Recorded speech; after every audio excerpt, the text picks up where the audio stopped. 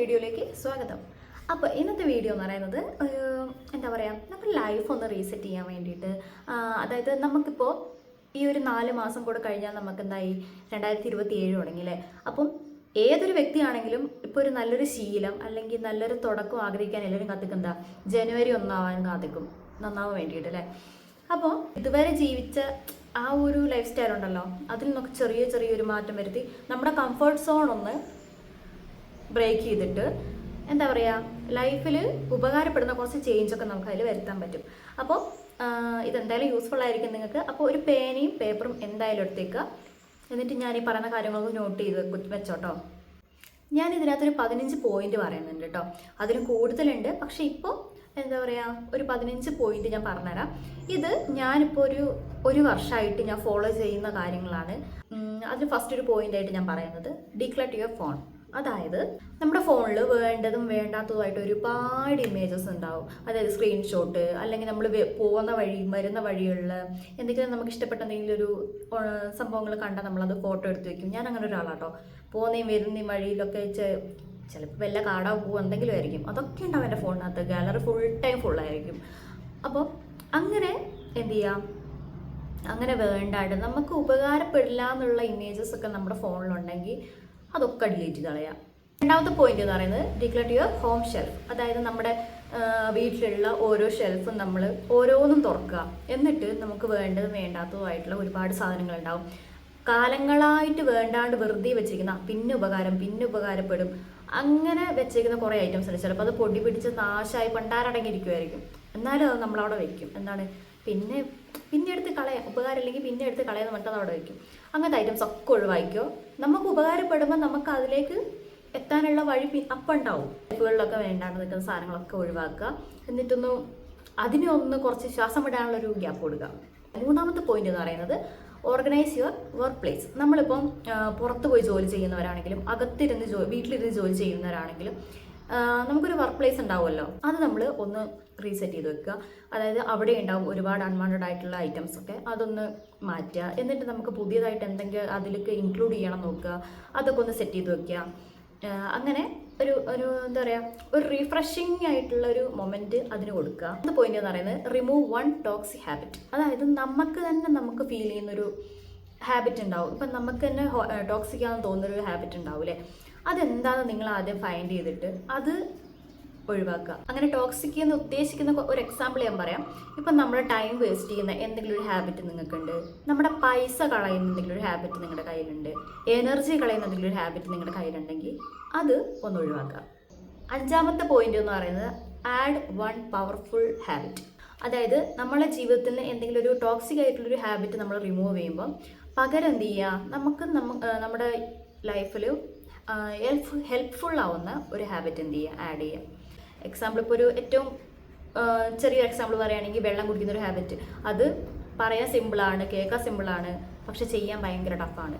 അങ്ങനത്തെ കുഞ്ഞു കാര്യങ്ങളൊക്കെ നമ്മുടെ ലൈഫിലേക്ക് ആഡ് ചെയ്യാം. Reset your sleep.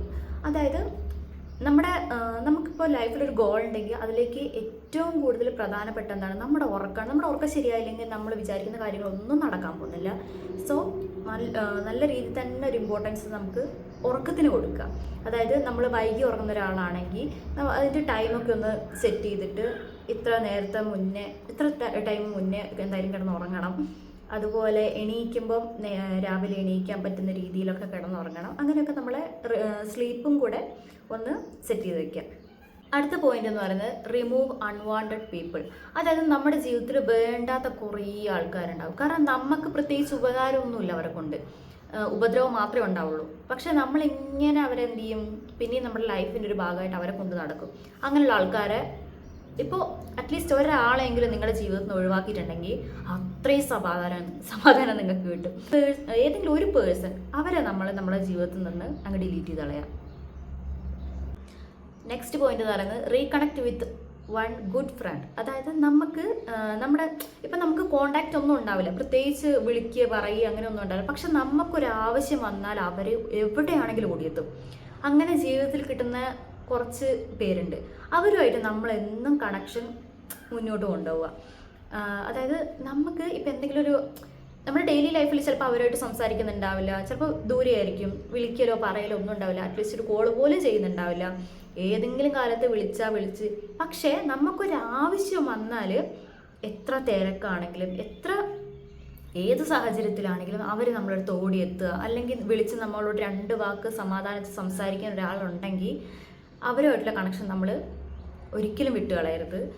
ഇന്ന് ചെയ്യാം നാളെ ചെയ്യാമെന്ന് പറഞ്ഞിട്ട് ഒരുപാട് കാര്യങ്ങൾ നമ്മളിങ്ങനെ പെൻഡിങ് വെച്ചിട്ടുണ്ടാവും അല്ലേ. അപ്പോൾ അതിലേതെങ്കിലും ഒരു കാര്യം നിങ്ങൾ ഫിനിഷ് ചെയ്യുക. അതാണ് അടുത്ത പോയിന്റ് എന്ന് പറയുന്നത്. പെൻഡിങ്ങിൽ നിൽക്കുന്ന എന്തെങ്കിലും ഒരു വർക്ക് ഉണ്ടെങ്കിൽ നിങ്ങൾ ആ ഒന്ന് ഫിനിഷ് ചെയ്ത് വയ്ക്കുക. അതായത് നമുക്ക് ചിലപ്പം മടി കൊണ്ടായിരിക്കും, അല്ലെങ്കിൽ അത് എങ്ങനെ സ്റ്റാർട്ട് ചെയ്യണമെന്ന് അറിയാത്തത് കൊണ്ടായിരിക്കും. എല്ലാ കാര്യങ്ങളും മടിയല്ല, നമ്മൾ മാറ്റി വെക്കുന്ന എല്ലാ കാര്യവും മടിയല്ല. ഒന്നെങ്കിൽ നമുക്ക് സ്റ്റാർട്ടിങ് ട്രബിളാണ്, ചെയ്യണമെന്നുണ്ട് പക്ഷെ എങ്ങനെ തുടങ്ങണം എന്ന് അറിയുന്നുണ്ടാവില്ല. അങ്ങനെയുള്ള മാറ്റി വെച്ചിട്ടുള്ള കുറേ കാര്യങ്ങൾ, മടി കൊണ്ട് മാറ്റി വെച്ചിട്ടുള്ള കുറേ കാര്യങ്ങൾ, അതിലേതെങ്കിലും ഒരു കാര്യം എടുത്തിട്ട് ചെയ്യാം. അങ്ങനെ ഒരു കാര്യം ചെയ്താൽ തന്നെ നിങ്ങൾക്ക് അടുത്ത കാര്യം ചെയ്യാനുള്ളൊരു മോട്ടിവേഷൻ കൂടെ നിങ്ങൾക്ക് കയ്യിൽ കൂടെ കിട്ടും. വെരി ഇമ്പോർട്ടൻ്റ് ആയിട്ടുള്ളൊരു പോയിൻ്റാണ്. അതായത് മേക്ക് എ വിഷൻ ബോർഡ്. നിങ്ങൾക്ക് നിങ്ങളുടെ ജീവിതത്തിൽ എന്തൊക്കെ ഗോൾസ് ഉണ്ട്, എന്തൊക്കെ കാര്യങ്ങൾ അച്ചീവ് ചെയ്യണം എന്നുള്ള ഒരു വിഷൻ ലിസ്റ്റ്, അതിപ്പം എഴുതിയിട്ടുള്ളതാവാം, പിക്ചർ വെച്ചിട്ട് ചെയ്യുന്ന വിഷൻ ബോർഡ്സ് ആവാം, അങ്ങനെ എന്തോ ആയിക്കോട്ടെ, നിങ്ങളൊരു വിഷ് ലിസ്റ്റ് അല്ലെങ്കിൽ ഒരു വിഷൻ ബോർഡ് നിങ്ങൾ എന്തായാലും ക്രിയേറ്റ് ചെയ്യുക.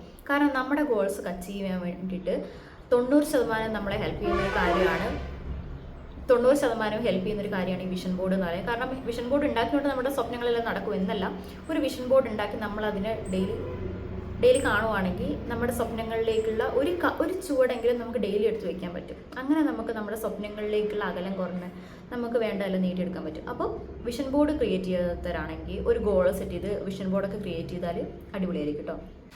11ാമത്തെ പോയിന്റ് എന്ന് പറയുന്നത് ട്രൈ എ ന്യൂ സ്കില്ല്. അതായത് ചിലപ്പോൾ ബുക്ക് വായിക്കാത്തവരാണെങ്കിൽ നിങ്ങളൊന്ന് ബുക്ക് വായിച്ചോക്കെ, നല്ല അടിപൊളിയാണ് കേട്ടോ.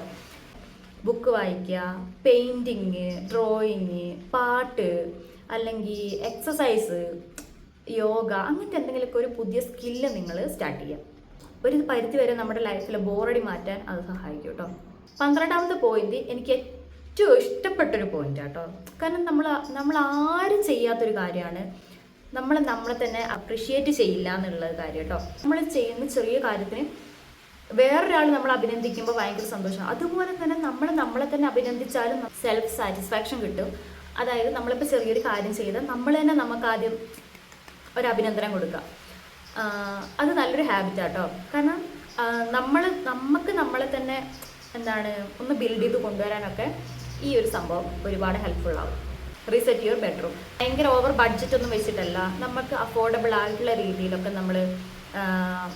നമ്മുടെ ബെഡ്റൂമൊക്കെ റീഅറേഞ്ച് ചെയ്യുക. അതുപോലെ ബെഡ് ഇട്ടേക്കുന്നതൊക്കെ ജസ്റ്റ് ഒന്ന് അങ്ങോട്ടും ഇങ്ങോട്ടും പൊസിഷനൊക്കെ മാറ്റി നോക്കുക. അപ്പം തന്നെ നമുക്കൊരു ഫ്രഷ് ഫീലിംഗ് ആണ്.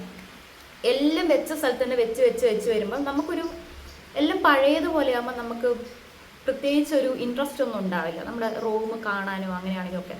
പക്ഷേ നമ്മൾ ഈ വെച്ച കാര്യങ്ങളൊക്കെ അങ്ങോട്ടും ഇങ്ങോട്ടും ജസ്റ്റ് ഒന്ന് മാറ്റി വെച്ച് നോക്കിയേ, ഭയങ്കര ഒരു പുതിയൊരു ഫീലിംഗാണ്. എന്താ പറയുക, പുതിയ എന്തോ നമ്മുടെ റൂമിലേക്ക് കൊണ്ടുവന്നു എന്നുള്ളൊരു ഫീലിംഗ്. നമ്മളെ ഉള്ള സാധനം തന്നെ ഒന്ന് അങ്ങോട്ടും ഇങ്ങോട്ടും പൊസിഷൻ മാറ്റി വയ്ക്കുമ്പോൾ തന്നെ. സോ നമ്മുടെ റൂം ഒന്ന് റീഅറേഞ്ച് ചെയ്യുക. നമുക്ക് പുതിയ ബെഡ്ഷീറ്റൊക്കെ വാങ്ങാം, കർട്ടനൊന്നും ഇല്ലെങ്കിൽ കർട്ടനൊക്കെ വാങ്ങാം, ചില്ലറ ഓരോ ഡെക്കറേഷൻസ് ഒക്കെ ചെയ്യുക. നമ്മുടെ ഒരു ദിവസം തുടങ്ങുന്നതന്നെ നമ്മുടെ റൂമിൽ നിന്നാണല്ലേ. സോ അതൊന്ന് റീസെറ്റ് ചെയ്ത് വയ്ക്കുക. 14ാമത്തെ പോയിന്റാണ് റിവ്യൂ യുവർ ബൗണ്ടറീസ്. അതായത് നമ്മളിപ്പം അങ്ങോട്ട് എഫേർട്ട് ഇട്ടിട്ട് ചെയ്യുന്ന റിലേഷൻഷിപ്സ് മാത്രമേ നമുക്ക് ഇങ്ങോട്ടും ഉള്ളൂ. അതായത് നമ്മൾ എഫേർട്ട് ഇട്ടാൽ നിലനിൽക്കുന്ന റിലേഷൻഷിപ്പേ ഉള്ളൂ എങ്കിൽ ആ റിലേഷൻഷിപ്പ് അങ്ങ് കട്ട് ചെയ്യുക. അത് ഞാൻ ചെയ്തൊരു കാര്യം കേട്ടോ. കാരണം നമ്മൾ അങ്ങോട്ട് പോയിട്ട് ഇങ്ങനെ കൊടുത്തുകൊണ്ടിരിക്കണം. അങ്ങനെയുള്ള റിലേഷൻഷിപ്പൊക്കെ ഉണ്ടെങ്കിൽ അത് കട്ട് ചെയ്യുക. കാരണം എല്ലാം അങ്ങോട്ടല്ലല്ലോ. നമ്മളൊരു ലൈഫാവുമ്പോൾ നമുക്ക് എല്ലാം അങ്ങോട്ടും ഇങ്ങോട്ടും ഉണ്ട്. സോ അങ്ങനെ നമുക്ക് നമ്മുടെ കയ്യിൽ നിന്ന് ഇങ്ങനെ പോവുക എന്നല്ലാണ്ട് നമുക്ക് തിരിച്ചിങ്ങോട്ടൊന്നും കിട്ടാത്ത എന്തെങ്കിലും ഒരു ഇതുണ്ടെങ്കിൽ അങ്ങനത്തെ റിലേഷൻഷിപ്പിനൊക്കെ ഒരു ബൗണ്ടറി വെക്കുക. നമ്മൾ കൊടുക്കുന്നങ്ങ് നിർത്തുക. അങ്ങനെ പോകുന്ന ആൾക്കാരാണ് നമ്മുടെ ലൈഫിലെങ്കിൽ പോട്ടേന്ന് വിചാരിക്കുക. അങ്ങോട്ട് പോയിട്ടൊന്ന് ഓർമ്മിപ്പിക്കണം, നമ്മളും നിങ്ങളുടെ ലൈഫിലുള്ള ഒരാളാണ്, അല്ലെങ്കിൽ നിങ്ങൾ നമ്മളുടെ ലൈഫിലുള്ള ഒരാളാണ്. അങ്ങനെ ഓർമ്മിപ്പിക്കേണ്ടൊക്കെ വരുന്നൊരു സാഹചര്യമൊക്കെ വരുത്തുന്ന ഒരാളാണെങ്കിൽ റിമൂവ് ചെയ്യുക. മഴ പെയ്യുന്നുണ്ട്, സൗണ്ട് ക്ലിയർ ആണോന്ന് അറിയില്ല.